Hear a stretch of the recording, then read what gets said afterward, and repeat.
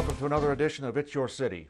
I'm Bob Crowell, and I have the honor and privilege of being the mayor of the greatest city in Nevada, our very own capital, Carson City. As you know, every couple of weeks, haven't been too good about that here recently but about every couple of weeks I talk about what happened at the last board meeting, some goings on around town, and other things that might be of interest to our viewers and our community. First, let me say I hope that everyone had a happy and safe 4th of July. I thought the fireworks display was just tremendous on the 4th of July, and I trust everybody else enjoyed them as well. Today I want to speak a little bit about, to start off, I want to speak a little bit about regionalization and localization of services, and particularly today about public health services and some others.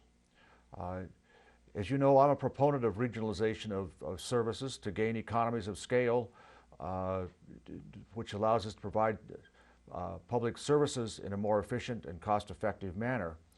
There are a couple things I'd like to talk about that I usually don't talk about, but a couple are in the area of health and human services. First, the board approved entering into an interlocal agreement with Douglas County whereby Carson City would provide public health clinical nursing services in Douglas County, and that we would get reimbursed in the amount of about $387,000 a year. The reason for that is we can do that because we're a Board of Health. We can do that easier than Douglas County can, and they can also get a break on the costs. And there's also a provision that if the costs do for some reason run over $387,000, that there's a reopener to make sure that both parties gain the benefit of the agreement. So I'm very proud to say that that is an example of regional cooperation to provide more efficient and cost-effective services. And while we're on public health issues, there is also ongoing the Carson City actually got a grant to study and implement the proposal I'm going to talk about, and that would be whereby Carson City would take over all of the public health inspections between Douglas County and Carson City in Douglas County that were provided heretofore by either Douglas County or the state. It would require that the state's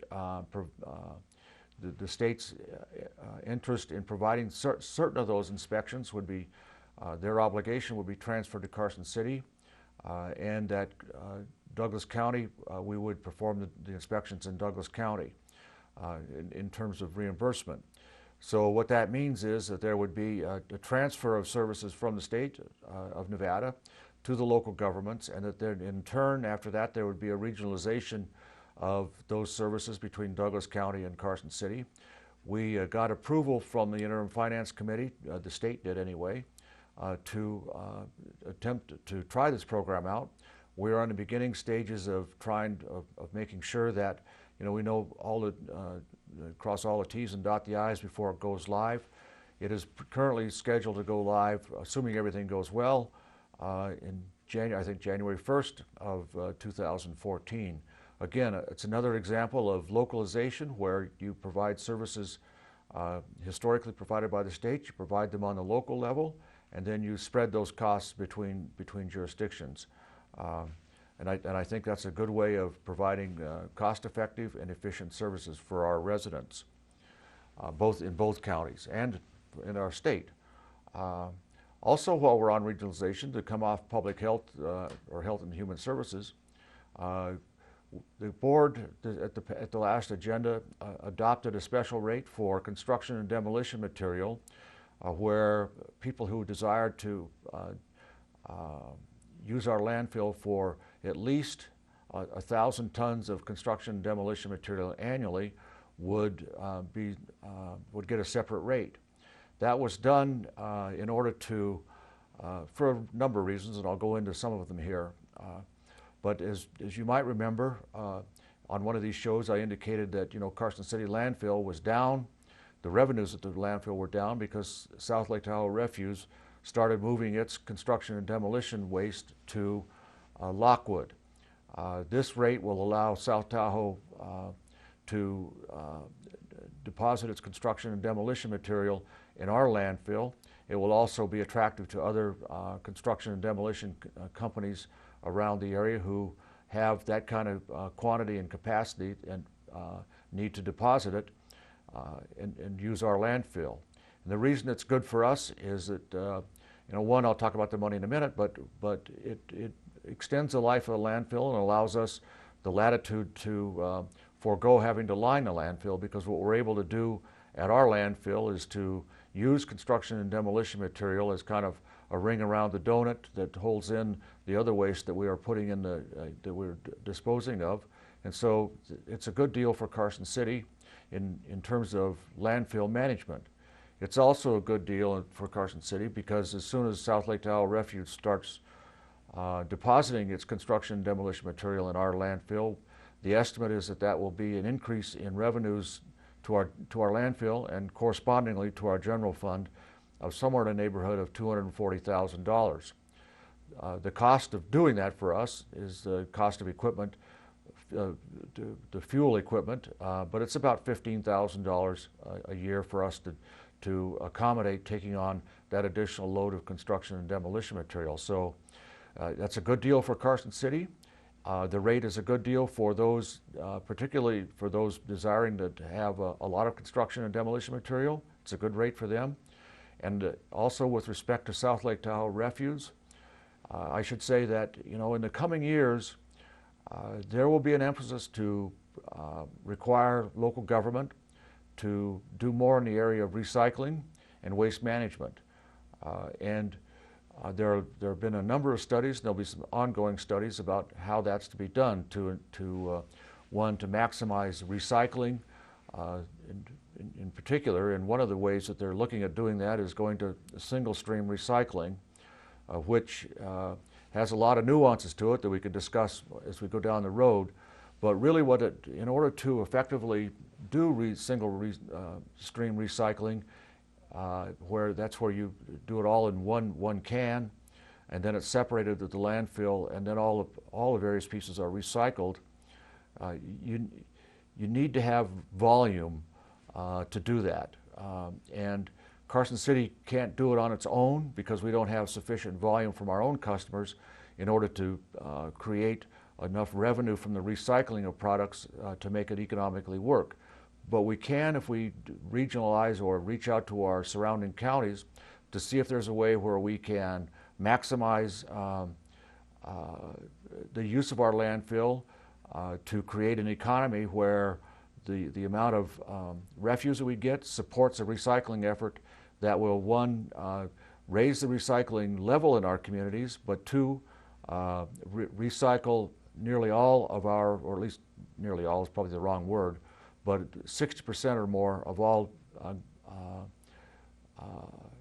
things going into our landfill, which will position us, if we can do that, and we should keep this on the front burner, that will position us for things to come down the line when the state, I think, starts moving and telling communities you've got to increase your recycling rate in your community. So it's good to work with South Tahoe Refuse, and hopefully we'll be able to do that with other vendors and other disposal companies in the area so that we can all gain a benefit from, one, the increased volume, and two, hopefully gain some revenues from the recycling, and obviously to do the best we can for our environment. So we look forward to seeing how that plays out in the near future, but for right now I can say that if the ordinance for 1,000 tons or over annually is adopted on second reading, which will be in the next board meeting, then we can anticipate probably about $240,000 increase in our general fund, which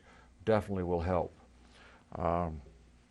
Other things going on, we appointed James Powell to the Wildlife Advisory Commission. That's kind of a little known but a very important commission that advises the board on wildlife matters occurring in and around our community. And there's been no shortage of that recently if you've been looking at the wild horse issues happening. The other thing that we did is we reappointed Don Smith to the Historic Resources Committee. He's been an active member of that committee, and we look forward to benefiting from his participation in his upcoming term. Let me conclude by saying that when you see this video, C-SPAN, the national company that provides programming out of Washington, D.C., will be in Carson City.